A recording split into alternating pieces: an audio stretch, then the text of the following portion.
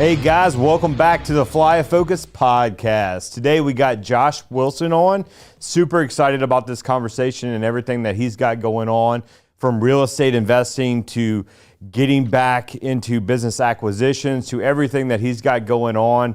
I've been following him a lot on social media. I think he's adding a lot of value, and I'm sure today you're going to get a lot of value from Josh. So welcome on, Josh. Awesome, man. Barrett, thanks so much for having me here, and yeah, happy to be here. Yeah, I'm excited, man. We met at one of these real estate investing groups where you were talking about business acquisitions and some of the things you did from real estate investing, and I was, really impacted me, and so I'm super glad that we were able to connect here. Yeah, absolutely, man. Definitely made the pivot from real estate, early on, and went into business acquisitions about a couple of years ago, and haven't looked back since. So excited to dive into it today. Yeah, no doubt. Well, let's. So, how did it all start? How did you start your entrepreneurial journey? Yeah, man. So I got a great funny story. I got my entrepreneur itch when I was a kid. I think I was like 7 or 8 years old. I was. I don't know if you ever been on a cruise. I have. Okay, so not a lot, but a couple. Well, when you go on these cruises, they give you these like key cards, and I went on a cruise with my grandparents over Thanksgiving break, and they gave me these like little cruise cards where you can charge all your, all your amenities, whatever it is, all your candy, all that crap too. And so I had a card. Well, I ended up making friends on that ship on that week-long journey, and they didn't have cards, so they had cash. So they wanted to get candy, they wanted to get, souvenirs and hats and all that stuff. And so they would ask me if they could use my card and if they could pay me cash. So I said, sure, but if you could add like $1 or $2 onto it to help offset, my time and costs and all that. And look, I was like 7 years old thinking of this. So they were, paying me all this money and I was using the card. Well, my grandfather at the end of the cruise got the statement, got the portfolio bill, and pretty much chewed my ass out. And was like, oh my God, you charged all these charges on here. And he was like, well, why did you do that? And then I reached in my pocket and I said, Papa, I have all this cash. And I gave him the cash and he like counted it out. And it was like, I think I had like $500 of charges, but I made like $600 in cash. And he was like, holy crap, you have $600 in cash. This can't be right. And he's looking at the bill, looking at the cash, trying to figure out how I made the money. And I told him, I was like, yeah, I just added on a couple bucks, each time every kid wanted to use the card. And so I made a little extra. And he was like, that is just genius, son. And he was like, so that was like my entrepreneur itch. That's when I first got started. And like, that sparked for me. And then from there, man, I went into, believe it or not, I was actually a DJ. Okay. I went into to becoming a DJ, and I had a wedding production company for about 2 or 3 years. I ran it out of my grandparents' house, and was very successful. I ended up selling that to a employee of mine and his father, and I did pretty well. And that was like my first like taste of like M&A. And then that was when I was like 17 or 18. I had a company and did very well with the DJ stuff. But I realized that, doing weddings and hanging out with brides all day was just not my thing. So I had to get out of that. But then the real estate stuff started. So I started watching HGTV a lot, really watching all the flip house shows, and, look, I sucked at school. I was a terrible, terrible student. And then I also became a terrible employee after that. And so I decided, you know what, school's not for me. Working for somebody else is not for me. I said, real estate is going to be my way to entrepreneurial freedom. And that's exactly what I did. So I started going out looking, and, here's the thing I think that sets me apart from what other people do in regards to like fear and their mindset. I didn't have any money. But I wanted to invest in real estate. So what I started doing was I started looking at properties. I started going on showings. I started underwriting deals myself. I started, learning what type of software I could use. I ended up even starting a property management company at the same time. And so I started doing all these things, as if I was going to be an investor. And taking the action towards becoming an investor and actually buying real estate. So I did the property management thing for a couple of years. I worked for someone else, got out of that, I started my own thing, and then I was able to convince an investor that I knew what I was doing, and got her to lend me some money. And she lent me about $150,000, and that was the start to my real estate investing career. Took that $150,000, turned into a $25 million real estate portfolio over the past 15 years. And just recently, last year, sold off majority of that. Have about 7,500 units left. And then I started really shifting into the M&A, mergers and acquisition space. So. Yeah, that's awesome. A lot to unpack there. But look, but what I will tell you is, what I heard from that is entrepreneurship is nothing but action and persistence. He talked about every step that he had gone through, starting from when he was a kid all the way to where he is now. And I'm going to tell you, it all boils down to taking action and then not giving up, right? And that's the important part that every entrepreneur needs to realize. And it's not a short game. You've been doing this. How long have you been doing this? Yeah, I've been doing this now almost 20 years. Yeah. So it's not an instant gratification. This is built up, and people might see what you're doing now, and they think, well, I mean, I could do that in a couple of years. Yeah. I mean, it takes a while. Yeah, man. You know? Yeah, that's a great point. And, I go back and I think back when I first got started, I could have easily just given up. When I wasn't hitting the goals I wanted to hit, or wasn't hitting the monthly income, and I could have easily given up. And that's what actually, I think as society today, we have this instant gratification. Like we want results today. Like if you go on social media, you'll see you scroll through your feed and you'll see how to become a millionaire in 30 days, how to make $1 million in 45 days, how to, I don't know, buy a mansion with Bitcoin, like all this crazy bullshit that at the end of the day, it's just hard work. You just have to do the work and do not give up. Don't throw in the towel. That this too shall pass. There is light at the end of the tunnel. You will be able to see the fruits of that labor. But the problem is most people quit too early to where they can't see it.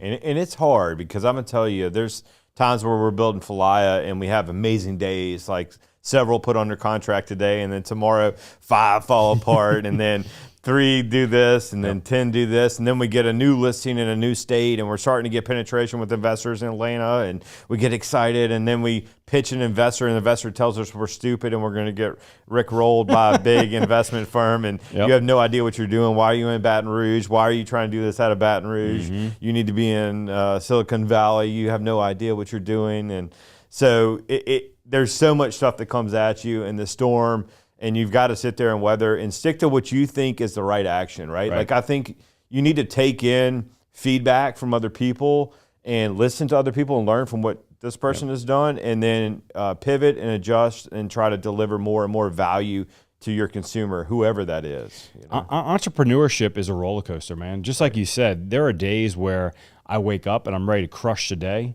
And then by the end of the day, I'm questioning every single being of my body of what I just did for that whole day. And, but that's entrepreneurship for you. And you know what? At the end of the day, it's not for everybody. I think that being an entrepreneur, it takes a special person to be an entrepreneur. You got to have balls of steel. You know what I mean? Because it's like, it's a risk game every hour of the day. I look back now, like when I first got started, and, I was taking a risk of $150,000 to me back then was a lot of money. That was like, I literally could have bankrupted myself if I lost that deal. Now, going forward, I mean, I lost $1 million 2 years ago, and it sucked like dog shit. Yeah. But at the same time, I was able to get through it, move on, and now we're doing multi 7-figure, 8-figure deals, and I don't even blink an eye anymore, Right. But that's just that goes to show you, like I say this a lot, is experience builds confidence. So the more you do something, the more action you take, the more confident you're going to be. And I think the bigger deals and the bigger opportunities are going to come your way. But if you have the wrong mindset and you're telling yourself the wrong stories in your head about how you're screwing up and how life is is trying to hurt you in some type of capacity, you're going to live that story out and play it out. But if you're telling yourself you are the man, you know what you're doing, you got the experience, you got the confidence, you've done this before, you've done it 1,000 times, and you keep telling yourself that every day, eventually you're going to continue to keep repeating those actions and be that.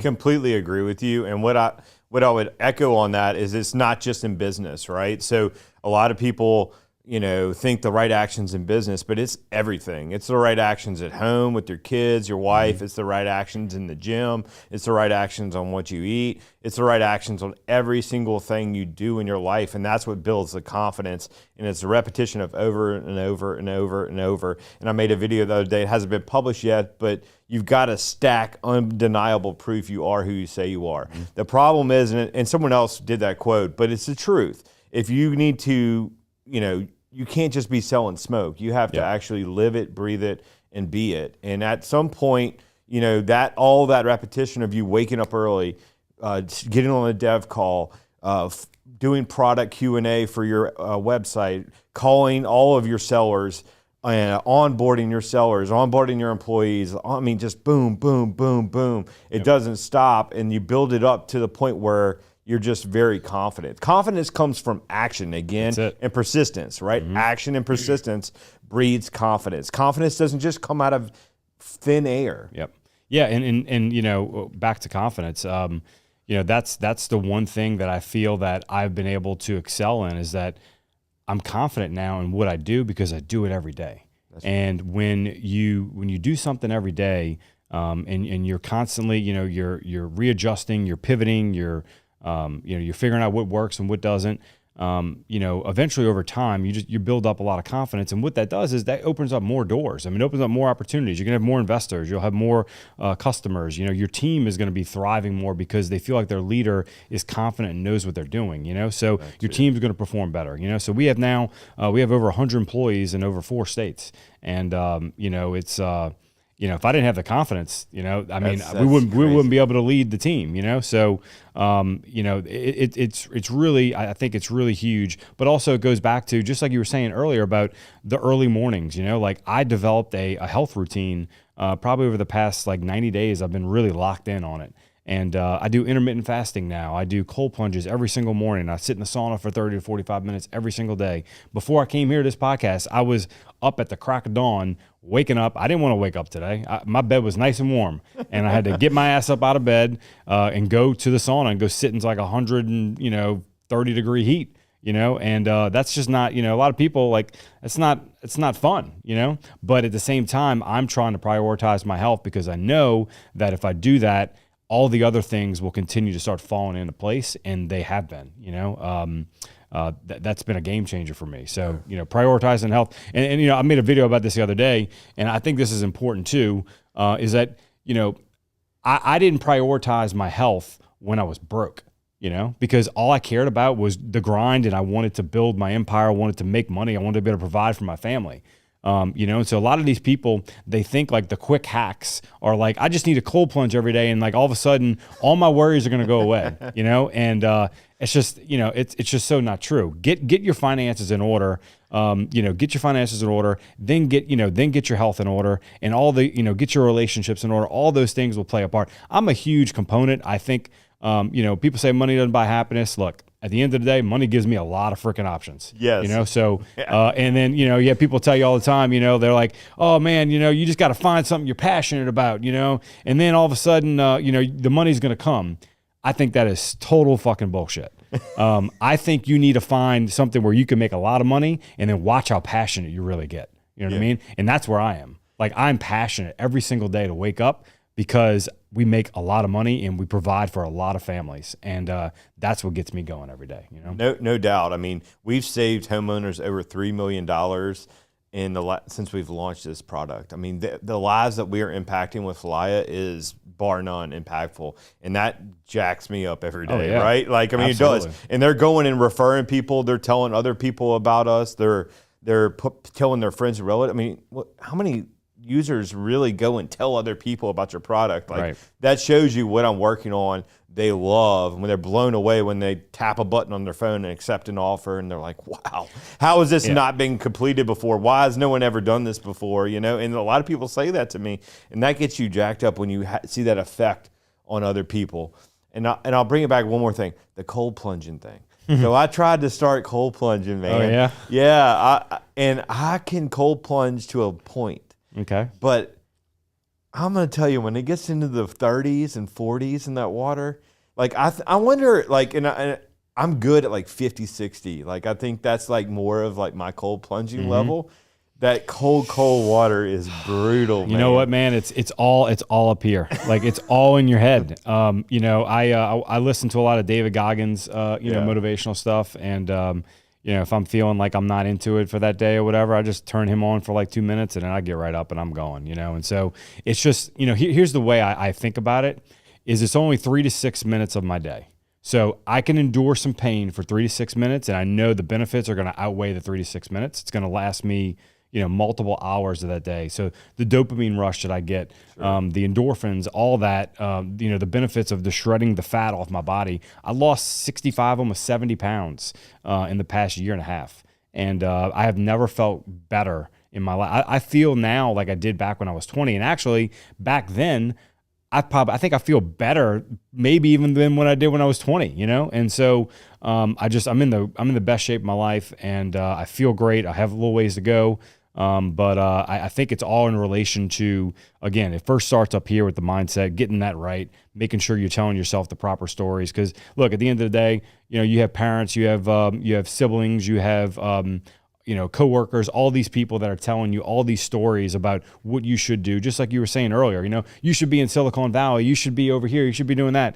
You know, you got to block that shit out. Like, cause I mean, you'll never be you, you know, and you do you and watch where the chips fall. And, you know, and sometimes, you know, you just have to, you know, be yourself and show people that you know what the hell you're doing, and, you know, and prove them wrong, you know. That's one big thing for me, man. Like, I had a guy in high school, man, that, if you ever, I don't know if he'll see this podcast or not, but I had a guy in high school, man, and I used to save the screensaver on my phone. It was a text that I got from him one time, and he would always say, "Are you a millionaire yet, Wilson? Are you a millionaire yet?" And every time I would see him, he'd say the exact same fucking thing. And it would just chap my ass, because I was coming up through college, you know, like I didn't graduate college, but I went to college. I went here to BRCC, you know, trying to chase all my friends and, you know, party, and that didn't work out. So I went back home, but I would see him at the bars and, you know, Tigerland. I would see him everywhere, and he would literally, that's all he was asking me is, "Are you a millionaire yet, Wilson?" And it would just piss me off. And so finally, one day, I think I saw him, it was like a couple of years ago, and he's like, "Are you a millionaire yet, Wilson?" And I'm like, "Yeah, motherfucker, like 4 times over now," you know? So so that was really good to say. But those are the chips that you got to have on your shoulder to plow through, because, man, when I think of that, that gets me so jacked up to want to take on the day and want to really prove them wrong, even though they know they're not even doing it. It's just those little things like that, man, that I think gives you that little edge, you know, just to push a little bit harder, do a little bit more, make one more phone call, you know, go jump in that cold plunge every day, because you know the benefits are going to kick that guy in the teeth, you know? Yeah. So. There's no doubt about that. And I definitely have the exact same experience with some people and some things that have happened in my life that have a little bit of a chip on my shoulder, you know, that pushes me. There's no doubt. Like, I could have easily gone to bed at 8 o'clock last night, but I didn't. I had to stay up till about 10 o'clock giving feedback and other things that needed to happen, you know, after the family went to bed, you know. Absolutely. So, you know, it is what it is, and you got to use those things to leverage you. Well, hey, I want to move the conversation a little bit. We obviously are a real estate startup, right? So I'd love to hear, like, what is your biggest lesson for your real estate part of your career, and then we can move into the mergers and acquisitions and what you got going on now. Absolutely. So real estate, I think the biggest lesson is leverage, but leverage safely. I saw a lot of people back in 2008 when I first got started over leveraged, and they lost a lot. I saw it, and then I just saw it recently again in 2021. You know, I call those the lottery years. You know, when everybody was a millionaire, everybody was making money hand over fist, and shit just got really fat. And you know, so there were some people that over leveraged themselves and probably got themselves in some pickles. One thing that, you know, I feel like I've done, and I've done very well, is I was able to utilize leverage, but also do it, you know, in a smart way. That wouldn't allow me to go put myself or my family or anyone else in a financial burden.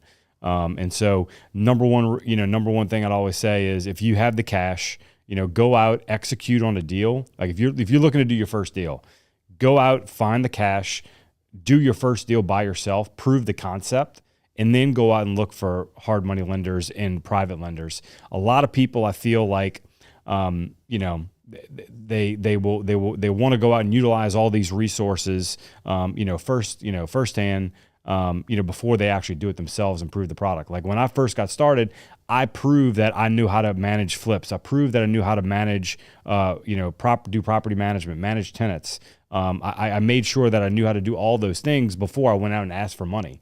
And so I think you got to prove the concept first before you go out and try to get lenders. There's just too many people out there right now that want to do deals. They don't know what the hell they're doing, and they're trying to go borrow money from other people. And unfortunately, you know, you're gonna hurt them, and you're gonna hurt yourself, and you're never gonna be able to do deals again because you're gonna ruin your reputation. Yeah, you know, got you.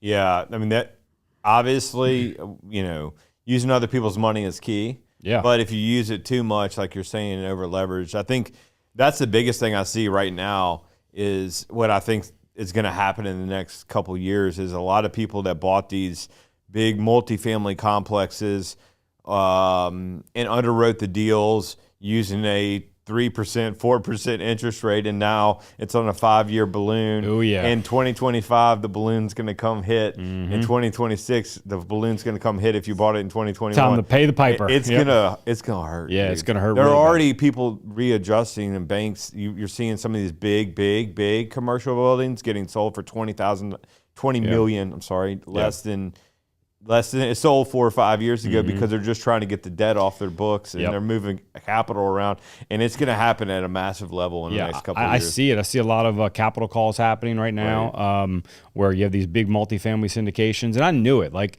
you know, back then I could see the writing on the wall. I could see, it was like everybody and their mom became a syndicator, right? You know, and it was just like I knew this couldn't last forever. And sure enough, it didn't. And so now you have a lot of people that dropped out of syndication. I know some people, man, that were in real estate that are now like, you know, they're like dog groomers. You know what I mean? Like, and it's just, it's just a cycle. You know what I mean? You get rid of the dead weight, you shed the skin, and the real A players are going to stick around. They know what they're doing. They've been through cycles before, and this is a cycle. We're now in the valley of another cycle, and we will get out of the valley at some point.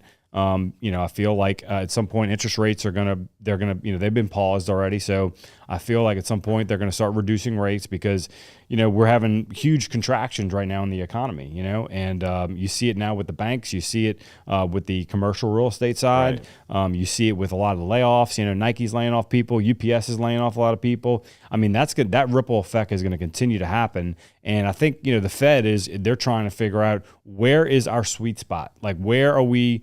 How long can we go and let this continue until we say, okay, we got to slash rates, and so we can give some relief, to the marketplace. So that is yet to be seen, and I don't have a freaking clue when that's going to happen. But I imagine there's going to be some cuts in 2024. So I mean, they announced, initially they were going to cut rates all 4 quarters into the election, even in 2025. That's what they announced. I made a video about it, and I was like, this is crazy. They're lying. And that's what I said on the video, and they're absolutely lying. The rates went down in January, and then now they're right back up in February, the last 3 weeks. We're like the highest we've ever seen. Yeah, highest you've ever seen, almost going back to 8, 7s. So what I would say is they think they can push it down, but they start seeing things happen, and then they get spooked. And I wonder if they're going to have to push them down to reset some of those deals. You see what I'm saying? Like some of the commercial deals, like they don't want the banks to go under. Look, right? So we're sitting over here in sleepy little Baton Rouge, right? I guarantee you there are bigger fish that are out there right now that they have some influence over. Even though look, everybody says, no, there's no influence over the Fed. I'm telling you, there's people that are talking to old Jerome Powell over there that have a lot of pull and are saying, hey, man, we need some relief. If you don't do this, we are going to go under. It's going to be bad. It's going to be a bloodbath. And you know what? At the end of the day, maybe that's what we need. We maybe need a reset, but at the end of the day, there's a lot of people, there's higher people up in higher places than where we are right now that have a lot more pull than we do. And I think there's some backdoor things that are always going on in Washington. That's why I was a finance major until I was my senior year of college, and I was going to go into finance, and I was going to go be a stockbroker and just kill people and take money, and I was going to be a shark. I was going to be a shark, And then I was like, I started doing some of the trading and some of the stuff, and I'm like, man, I'm such a small fish. I was like, I'm playing a game that I can't even play. I can't win. I couldn't win because I don't have enough capital to do it. The only way I'd have it is if I went to the very, very, very top of the scheme. I mean, there's about 4 or 5 guys that are doing that. Your trades are not moving the market. No. I'm just getting manipulated. Goldman Sachs says, okay, we're getting out of something. Boom, they move the whole marketplace. But little you get a little Edward Jones advisor that's making a couple 100,000 trade. Doesn't even make a beat. Like I'm gonna go sit in someone's living room and tell them that I guarantee them I could do this and this and this, when actually I'm just doing what Edward Jones wants me to do, and then we get rickrolled by these people up here that got more money than Edward Jones, and I'm like, I don't want to be in that boat. Yeah, I didn't want to be pitching that and have to stand behind. That's why I got Are you in the stock market? Do you have stocks? Yeah. We do. We have but we actually got approached by one of our guys that had a fund that invests in like SpaceX and some of these things. He was going to put it was an interesting fund where they put capital into these startups, and it wasn't going to be a big portion of the portfolio, but it was kind of interesting, something we came across the other day. But, that is interesting. Yeah. Well, how did you pivot from real estate into your current situation, and explain what you're doing currently? So I saw the writing on the wall. Most people, man, I got some freaking hate for making that pivot. People were like, what are you doing? Real estate is your game. Why are you leaving real estate? It's just so much hate. And you know what? I just said, fuck them. I was like, I'm doing me. Right. And, I'm doing what's best for me. And so I had a mastermind at the time, and, I told my students in the mastermind, I said, guys, this is where I'm going. This is what I'm doing. You can stick with real estate or you can follow me. And I went and I pivoted, and man, it was the best damn decision I've ever made, probably in my 20-year career. And so I saw the writing on the wall at real estate. I saw that the high interest rate environment was not stopping, inflation was not slowing down, and I said I need to get into something that has high cash flow to supplement my real estate. Not saying that I'm getting out of real estate 100%. But I needed to get into a vehicle that was going to provide me more cash flow. So that's what I did, man. I bought my first company in Orlando, Florida, about 4 years ago. And before kind of everything went haywire, it was right during COVID, during the lottery year. And I got to drop that because it's just it is what it is. It was a lottery year. I mean, everybody made so much money. So I bought that company in Orlando, Florida, and a non-emergency medical transport company. I bought it for $350,000. Company's doing 7 figures in net income today. God. And when I bought it, it was doing it was like doing $2,200 a day in gross income. So we were doing about $60,000 a month, which was nothing. But over time, again, it goes back to having the patience, right, and being able to stick it out when things aren't going exactly how you wanted them to go, but that you can, do your thing, you can implement your systems. And that's what I did. I just needed time. I knew what I was doing. I just needed time. So, we literally hit, this year we'll hit the 7-figure mark in net income. And last year we did multi 6 figures. Year before that, I was probably doing like 100,000. Then the year before that, I think I did like 50,000 in net. So you see the trend up, but you need time to be able to do that. Most people just give up, So I got that business there, and then we bought another business in Orlando, similar to that. We bought it in Lakeland, Florida. Similar company, non-emergency medical transport. We bought them out, and we branded our current company there, and so now we're in 2 markets in the Orlando and Lakeland, Florida area, Central Florida. And then I got a really cool story too, about the company I bought in Boston. Okay. So I bought a company down in South Florida last year. In 2022, a medical testing company in Florida. And literally from the day I bought it, I knew something was wrong. I knew it was just like we were supposed to be doing like $10,000 a day of gross revenue. My first day we bought it, I think we did like $500. Right. And I go, oh my God, what did I just do? And I paid $1.9 million for this company. And so anyway, I'm not going to get into the logistics of why it went south, but it went south, and it went south really quick. So I had to hurry up and jump into gear. I was losing like $60,000 a month of income. So I was telling the universe, everybody I talked to, I was like, I need another deal. Like, my attorneys are bleeding me dry. This guy's bleeding me dry. The company's bleeding me. So I had to like shut down all the locations and like reset and try to figure out a way to get out of this mess.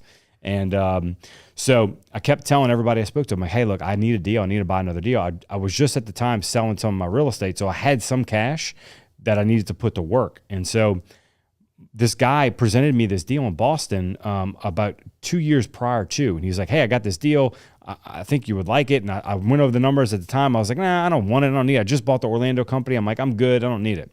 And so I happened to talk to him again. I'm like, he's like, hey, I got that deal still if you want to take a look at it. And I'm like, fucking give it to me. So I got it, and I looked at it, and I'm like, I skimmed through the numbers. I went through it. I'm like, all right, you know what? Like, on a accrual basis, they're making money, but on the cash flow side, they're not making money. So I was like, this just needs an injection of cash, and let me do my thing. And that's what I did. So I bought it, paid $1.1 million for it. I gave the guy $150,000 cash down because he just wanted that to get out. He didn't want to do it anymore. He was bleeding to dry himself. So he was terrible cash management. He'd go in there, every time he'd get a big check, he'd just pull it out and put it in his personal checking and not leave it in the account for expenses, So anyway, so I bought the company, and this is how, I feel like, things are serendipitous, This guy, I go meet him for the first time a couple of months ago, about maybe 7 months ago. The previous owner. I go to the Bank of America in Boston, and we go meet because we're going to go change over the bank accounts. And I go meet him. I put my hand out there to shake his hand, and the first thing he says was, "Hey, Josh, nice to meet you. You're an angel."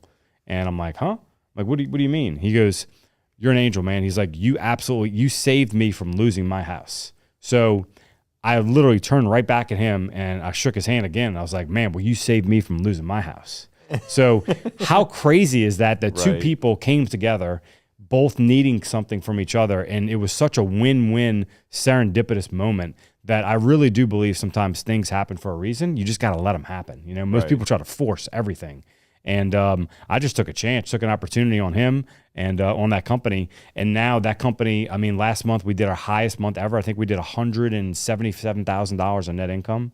That's multi 7 figures a year net income. And when I bought it, we were doing, I was happy with doing like 70,000 a year. 70,000 a month of income, So now we've almost tripled that. And so that was our Boston company, great company there. We've also bought a med spa in Orlando, Florida. Brianne runs that, and she's doing really well with that. And that we have investors and all that.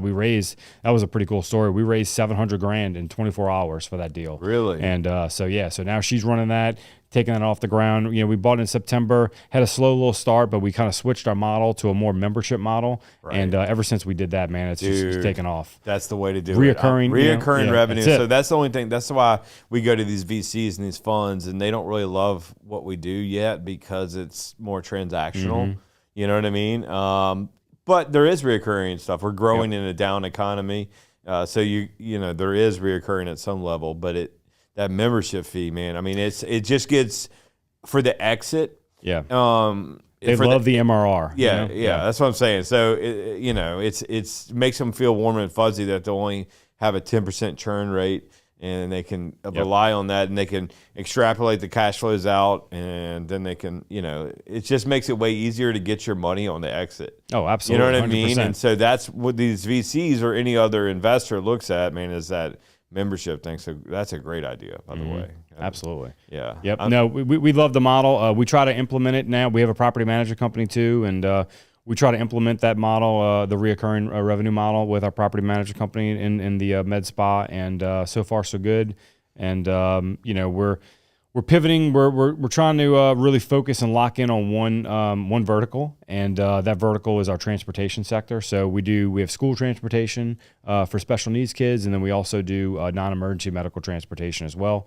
So we're under contract right now for a $3.5 million deal in Chicago.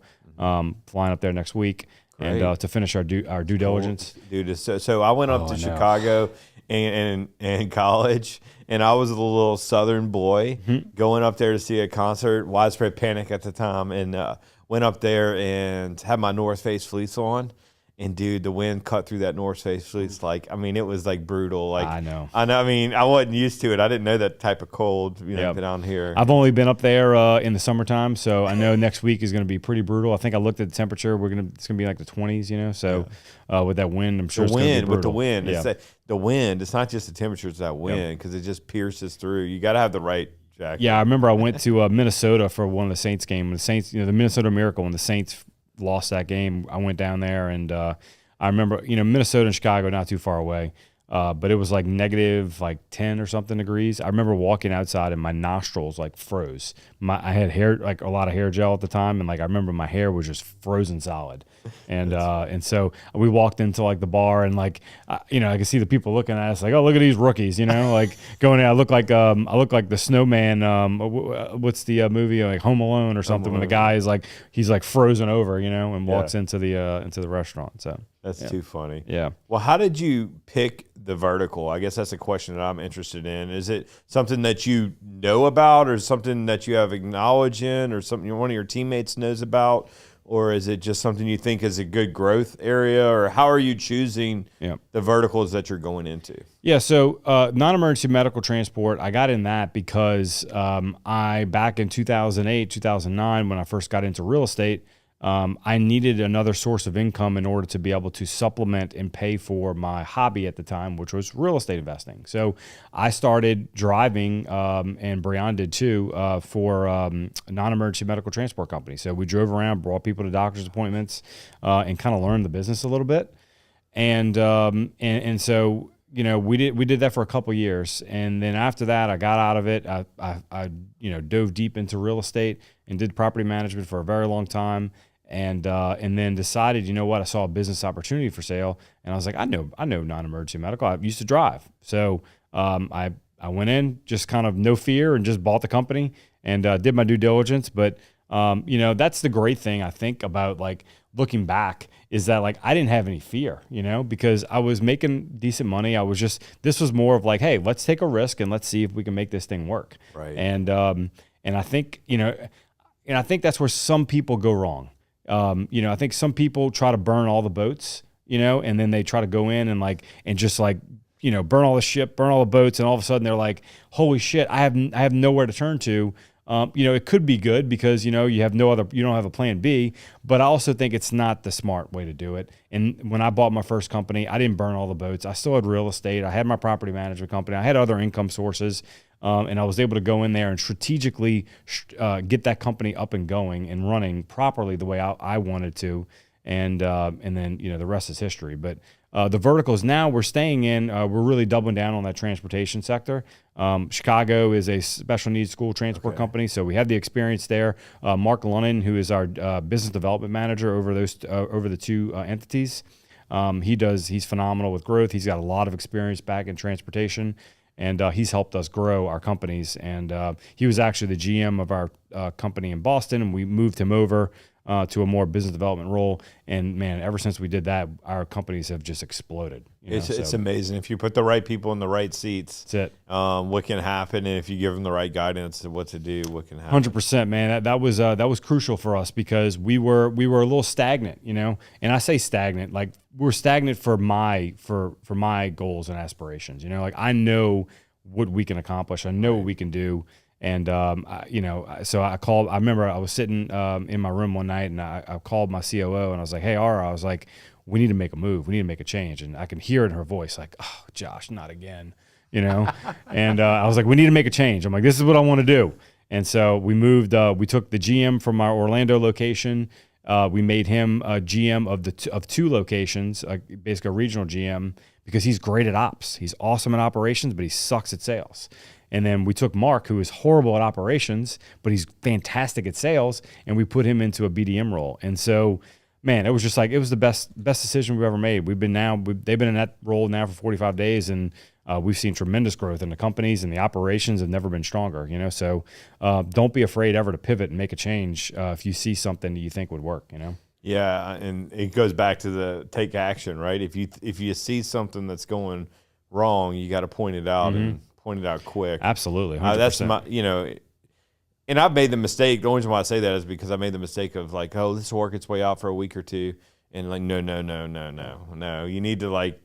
Yeah, most people don't want it. They don't want to jump on it. Most people just want to, let's just see how it's going to play out. And usually that means it's going to play out not in your favor. I agree. Like that's I've learned that's the case, right? And so like it's like if you smell a problem, fix it. Yep. Just jump on it. And just jump on it. There's and then here's the thing too is that there's going to be more problems like around the corner. Yeah. So you want to be able to isolate and eliminate those problems as fast as possible because there's going to be more coming around the bend.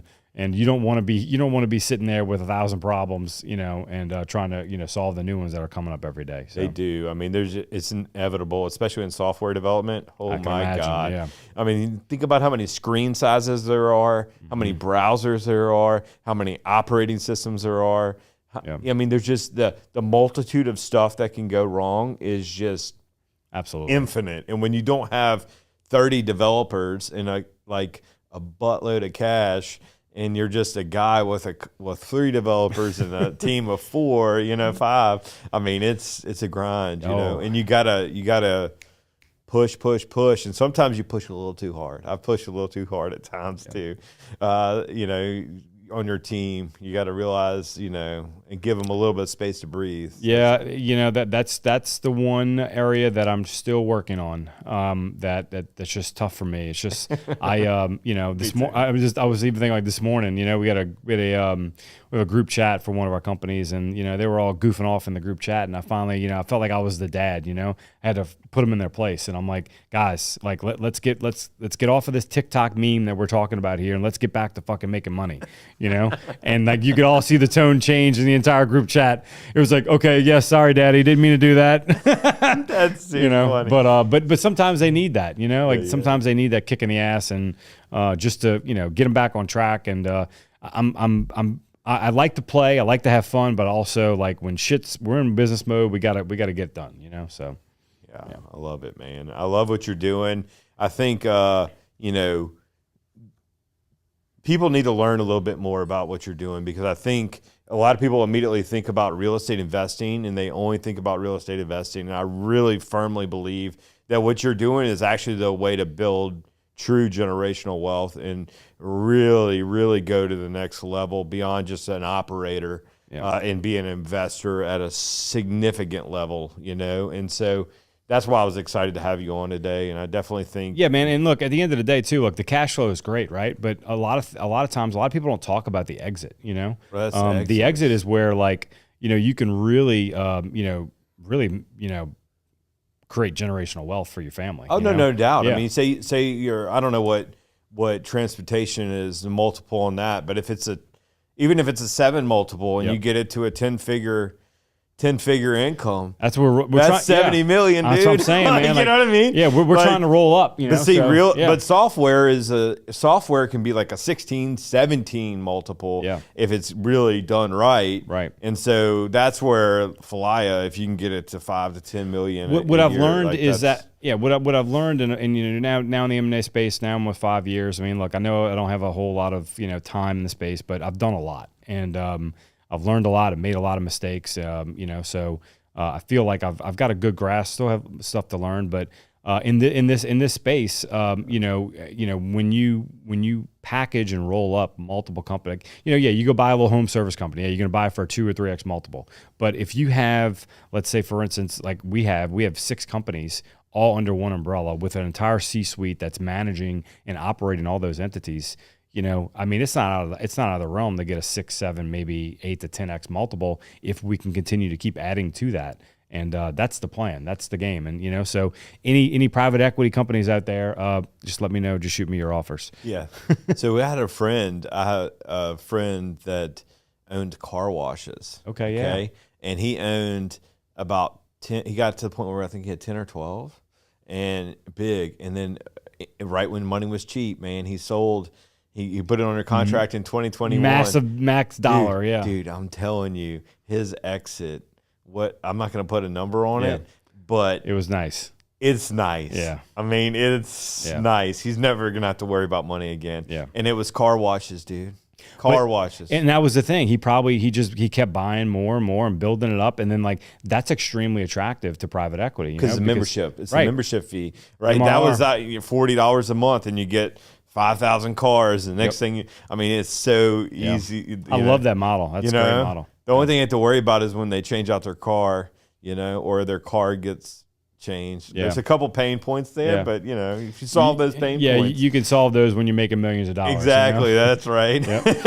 Those are problems. Yeah. But anyway, man. Well, I'm excited that we had you on, man. How can people reach out to you, get to know what you got so just follow me on social. You can The Real Josh Wilson on Instagram, Real Josh Wilson on Facebook, or you can go to our website, www.jwenterprise.co, and that's our holding company. If you have any interest, if you have any deals, I'm looking for partners. So that's been my goal this year, is to take on more partners for 2024.